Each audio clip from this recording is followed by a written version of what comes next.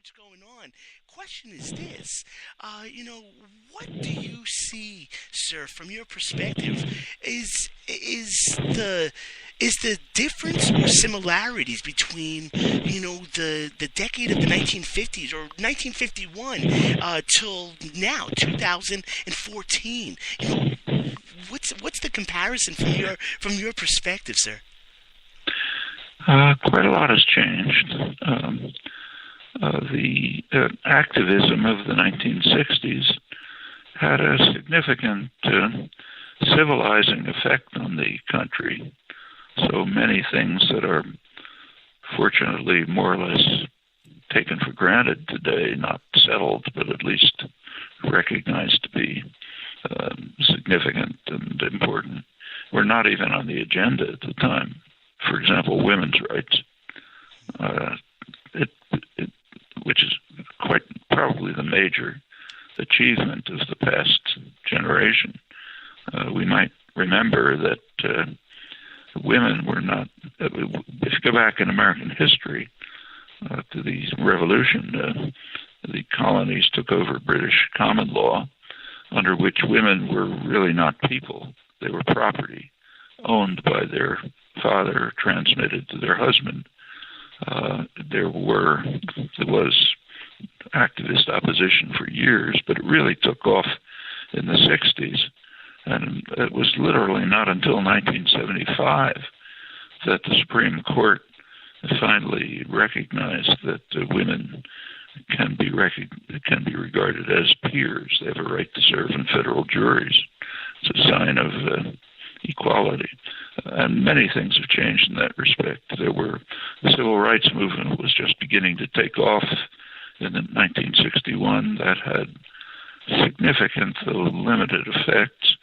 1961 is when I became personally directly involved in protesting the invasion of Indochina.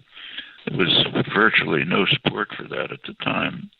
It was an unheard of issue. In fact, people, even today, almost nobody knows that in 1961, 1962, President Kennedy launched a major attack on South Vietnam with American Air Force bombing villages, chemical warfare to destroy crops, driving people into what amounted to concentration camps, a major attack.